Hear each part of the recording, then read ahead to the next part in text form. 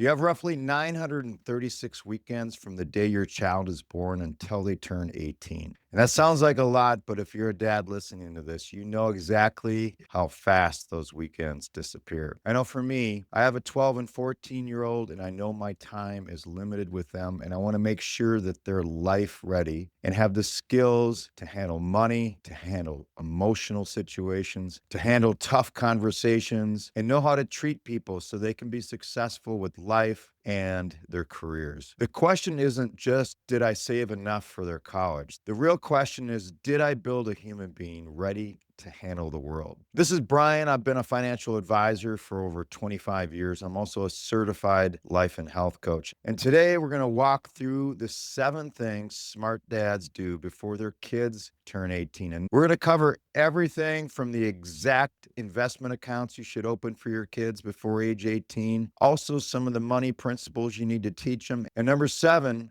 is the single most important thing I think you can do to help your kids with confidence and make sure they have the mindset to get through life and to become successful human beings. So let's start with number 1. Teach them about money and lead by example. This is where we have to kind of look in the mirror. I have a quote that comes up on my phone that I live by. The life you lead is the lesson you teach. You can lecture your kids about saving money till they're blue in the face. But if they see you stressing over credit card bills or impulse buying things you don't need or fighting with your spouse about money, that's the lesson they're learning. Smart dads normalize money conversations. Show them the utility bill. Explain why you're driving an older car so you can invest more. You have to be the fiduciary of your own household first. And remember, your kids are always watching and your life is the curriculum. Number 2, set up a custodial investment account. This is an account that's in your name as the custodian for the benefit of your child. This is not just an education fund, although it can be used for that. This could be to help them purchase their second car or put money down on their first home or take a course to excel their career. This is a UTMA or an UGMA account, Uniform Gift to Minors Act. But if you contribute to the account, if they have a job, have them contribute to the account as well. But here's the expansion on this. Don't just open it and forget it. This isn't just a savings bucket. It's a classroom.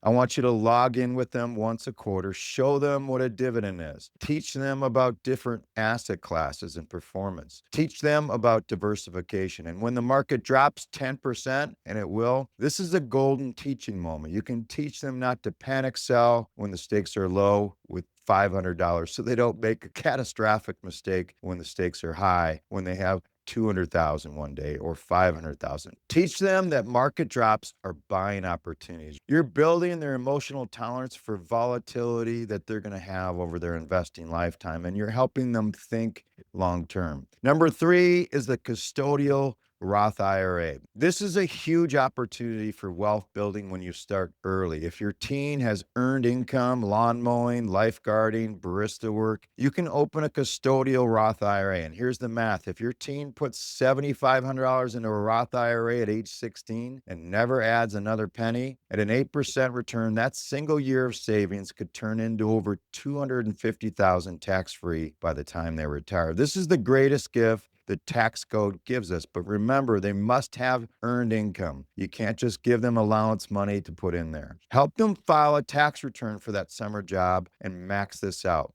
If they can put in $2,000, match that $2,000. If you have the ability to help them out completely, contribute $7,500 for them for the first year to jumpstart. But tell them in the future, you're going to be matching my contribution. Make sure they have some skin in the game. And number 4, develop a health-conscious lifestyle. As a certified life and health coach, I see too many men sacrifice their health to build wealth, only to spend that wealth trying to fix their health later. You need to set the default mode for your kids. Do you cook real food at home? Do you prioritize sleep? Do you go for walks? If you teach them that stress is managed by a run or a workout rather than a bottle of wine or junk food, you're giving them a survival tool that will last 60, 70 years. Help them find physical activity they love, not one they're forced to do. Number 5, teach them how to treat people. Soft skills are hard currency. In 25 years of business, I've learned that people do business with people they like and trust. Teach your kids some of the unspoken rules. Look people in the eye, a firm handshake, writing a thank you note after a meeting, listening more than they speak. We live in a digital world, so a young person who can hold a conversation, show genuine empathy, and treat a waiter with the same respect as a CEO will stand out immediately. That is a career superpower.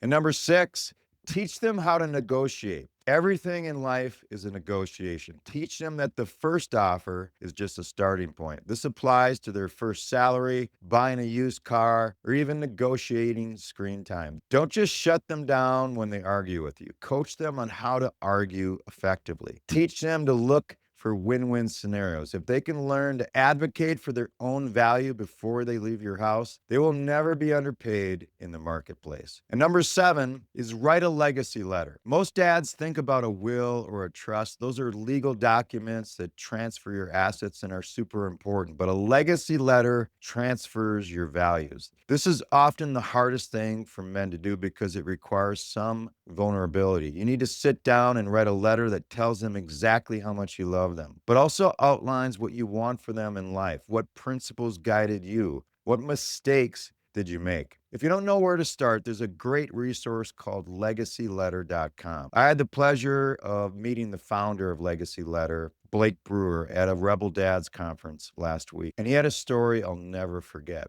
He was in Hawaii with his family and he was snorkeling with his dad off the coast. The currents got strong and the water got really rough, and his dad was struggling.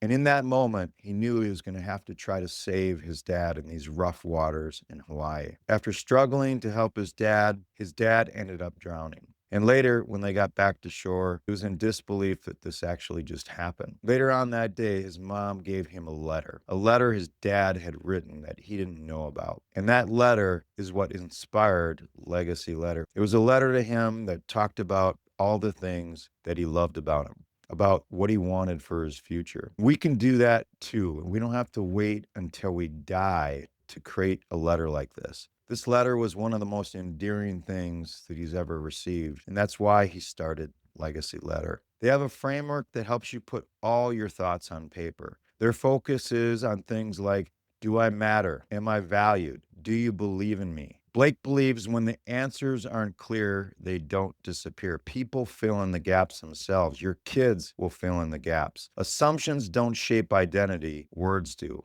And that's why Blake started Legacy Letter. And this is a really awesome, powerful resource that you can use. I'm going through this process right now myself, and it's something I'm going to give my kids now while I'm alive. And hopefully every 2 to 3 years, do a new Legacy Letter. This is a way to not leave any emotion to chance. Let your kids know now what you love about them. Let your kids know now what you want for their future. What values do you want them to have? Don't let your child turn 18 without holding this letter in their hands. It is the one inheritance they can never spend. All right, I know we covered a lot in this episode, so if you want to go deeper, here are a few resources I recommend adding to your library. For the Legacy Letter, check out legacyletter.com. For money, read The Opposite of Spoiled by Ron Lieber. It's fantastic for handling the wants versus needs conversation. And if you want to teach your kids about money values or investing topics in a simple way, there's a great book by Carl Richards called Your Money. Simple sketches that allow you to talk about different topics with your family. We do this at dinner time every night, one sketch, and we talk about one concept of money values or investing. And then I ask them what they think about it, what they think about what that sketch meant. It's just a simple way to have a short conversation at dinner and learn a little bit about what your kids think of money. For negotiation, there's a great book called Never Split the Difference by Chris Voss. It's a pretty intense book, but the principles apply everywhere. And of course, for the overall framework of health, wealth, and life, my book Momentous Decisions ties a lot of these topics all together. Dads, the clock is ticking on all those weekends we have to impact our kids and to make them life ready.